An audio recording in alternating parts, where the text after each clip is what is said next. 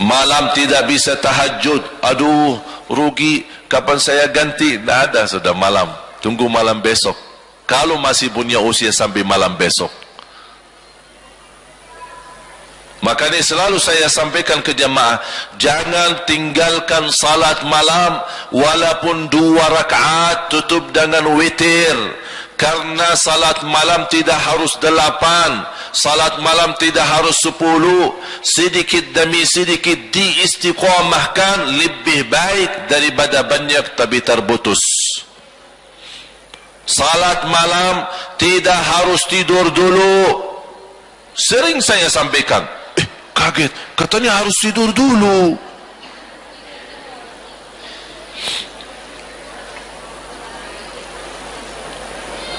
Kenapa tidak harus tidur dulu? Karena salat malam waktunya bukan jam 12, bukan jam 1, bukan jam 2. Waktu salat malam mulai habis isya sampai subuh. Di awal boleh, di tengah malam boleh, di akhir malam boleh. Memang lebih baik di akhir sepertiga terakhir. Tapi ini kembali kepada kondisi kita masing-masing. Ada ibu-ibu merasa, aduh kalau jam 3 aku aja tidur jam 1. Ada orang yang alhamdulillah jam 9, jam 10 udah bisa tidur. InsyaAllah rutin jam 3 saya bisa bangun santai-santai, bisa tahajud. Tapi ada ibu-ibu lagi galau, dah bisa tidur, kefikiran, ada urusan sama suami kah, ada urusan anak kah, ada urusan hutang sana sini kah, pusing, dah bisa tidur, bolak-balik baca ayat Al-Kursi berkali-kali, bahkan habis surah Al-Baqarah tapi dah bisa tidur juga. Itu bagaimana solusinya? Kalau sudah, ya Allah, udah jam 2 mulai nantuk, ketiduran, belum dijamin bisa bangun. Syukur-syukur kalau bangun subuh. Makanya ini kembali kepada keadaan kita. Ketika kita merasa diri kekhawatiran, ketiduran, tidak bisa bangun, segera ambil air wudu, salat semampunya, 2 rakaat boleh, 4 rakaat boleh, 6 rakaat boleh, sesuai kemampuan kita. Tutup dengan witir, 1 rakaat boleh, 3 rakaat boleh, 3 rakaat pun sekaligus boleh, atau dipisahkan 2 dan 1. Udah, habis itu tidur. Sudah tertulis dalam buku amal ahli witir. Kalau bangun lagi masih ada waktu kira-kira 20 menit ingin tahajud, boleh tahajud, tapi tidak boleh witir lagi, karena Rasul melarang 2 kali witir dalam 1 malam. La witrani fi layla. Tidak ada witir 2 kali. Ada yang tanya, apa sih dasarnya kalau boleh kita salat sebelum tidur? Ada 3 hadis dan 3 amalan yang Rasul sampaikan kepada 3 sahabat.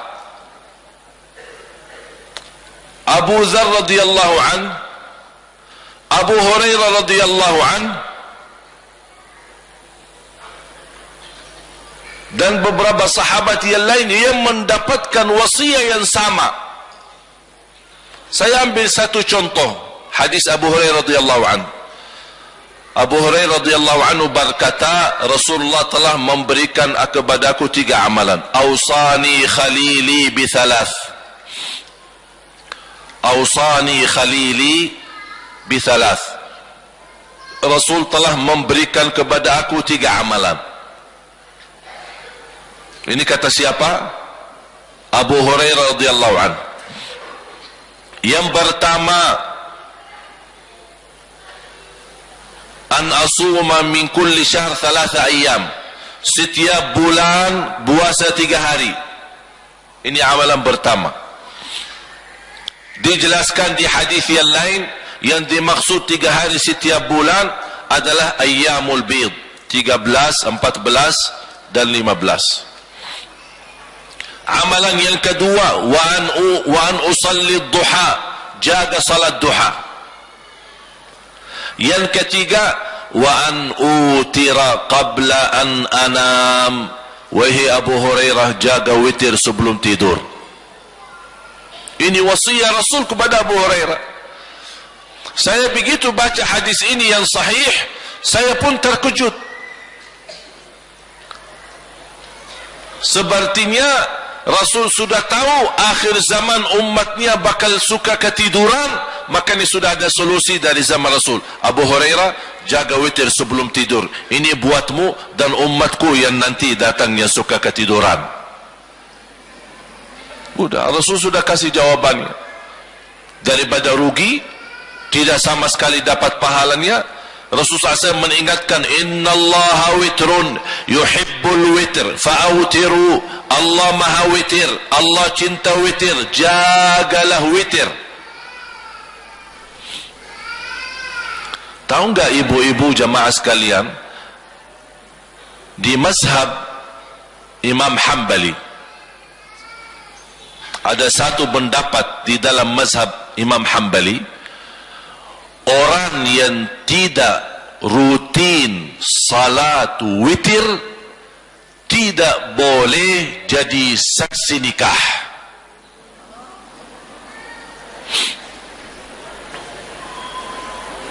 Coba bayangkan, ini pendapat, bukan sepakat ulama, ya. Ini hanya pendapat. Tapi yang saya mengambil dari pendapat ini, di zaman Imam Ahmad bin Hanbali memang menjadi kebiasaan, witir itu kebiasaan. Bahkan menganggap orang yang tidak salat jamaah di masjid tidak sah jadi saksi nikah. Ada pendapat seperti itu dalam fikih. Bagaimana yang tidak salat sama sekali? Bagaimana yang tidak salat sama sekali? Makanya kita di Madinah, kalau ada orang nikah, biasa kita nikah di mahkamah, di depan hakim. Mahkamah kan dekat Masjid Nabawi. Jadi datang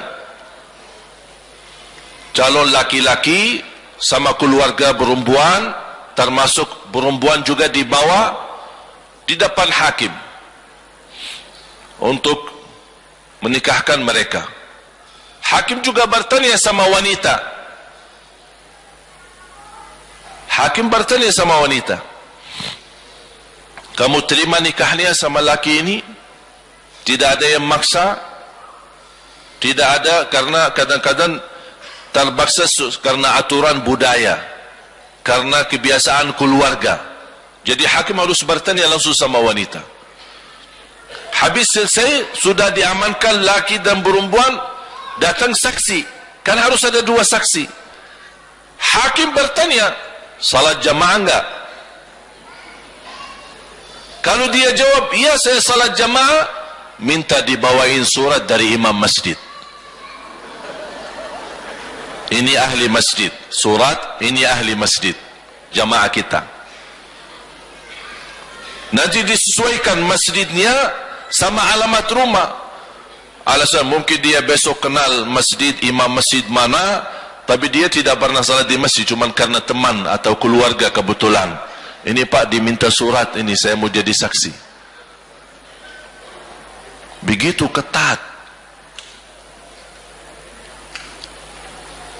Saya sering menghadiri acara pernikahan, tak pernah saya mendengar yang membawa acara tanya saksi, Pak salat enggak?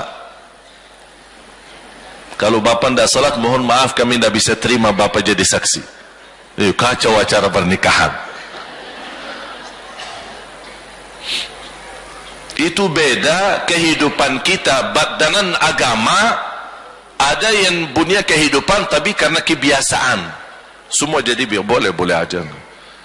Kan rahmatan lil alamin. Jadi tinggalin salat, tetap jadi saksi, ujung-ujungnya rahmatan lil alamin. Ini salah guna rahmatan lil alamin. Bapak Ibu jamaah sekalian dimuliakan Allah Subhanahu wa taala. Berarti kembali lagi usia Itu nikmat, nikmat besar. Bahagia seorang yang mampu dengan kecerdasan mengaturkan waktu. Dan subhanallah, kalau kita melihat kehidupan kita sehari-hari, sebenarnya banyak hal yang kita lakukan, tetap dunia kita jalan, tapi ibadah pun bisa jalan. Contoh sederhana, zikir kepada Allah. Apa sih susahnya kita terus gerakkan lidah kita berzikir kepada Allah? Zikir kepada Allah tidak harus wanita dalam keadaan suci. Zikir kepada Allah tidak harus wuduk dulu. Zikir kepada Allah tidak harus menghadapi kiblah. Zikir kepada Allah tidak harus di masjid. Dimanapun kita berada, jalan kaki, di mobil, di rumah, di pas lagi masak, semua kita boleh berzikir. La yazalu lisanuka ratban min dzikrillah. Basahi lidahmu zikir kepada Allah subhanahu wa ta'ala. Ini salah satu amalan yang menjamin masuk surga. Dengan hanya basahi lidahmu dengan zikir kepada Allah. Amalan yang paling ringan tapi pahalanya yang paling besar, itu zikir. Ringan. 2 kalimat, ringan di atas lidah, berat di atas timbangan, dicintai Allah subhanallah wa bihamdi subhanallahil azim. 2 kalimat. Tapi kalau diucapkan memang sangat mudah, ringan. Tapi kalau ditimbangan di sisi Allah, berat. Berat timbangannya, pahalanya besar. Bukan hanya berat di timbangan, tapi Allah mencintai kalimat ini. Berarti kalau kita ucapkan kalimat yang dicintai Allah, insyaAllah nanti akan Allah mencintai kita. Qul huwallahu ahad. Rasulullah SAW bersabda, man qara qul huwallahu ahad fil yawm wal layla 10 marratin bana Allah lahu baitan fil jannah. Di riwayat qasran fil jannah, sebagaimana di Musnad Imam Ahmad Hanbali, kemudian riwayat Imam Tabarani dan Baihaqi. Rasulullah SAW bersabda, barang siapa yang baca qul huwallahu ahad dalam sehari 10 kali saja, dapat rumah di dalam surga. Di riwayat yang lain, dapat istana di dalam surga. Qul huwallahu ahad 10 kali.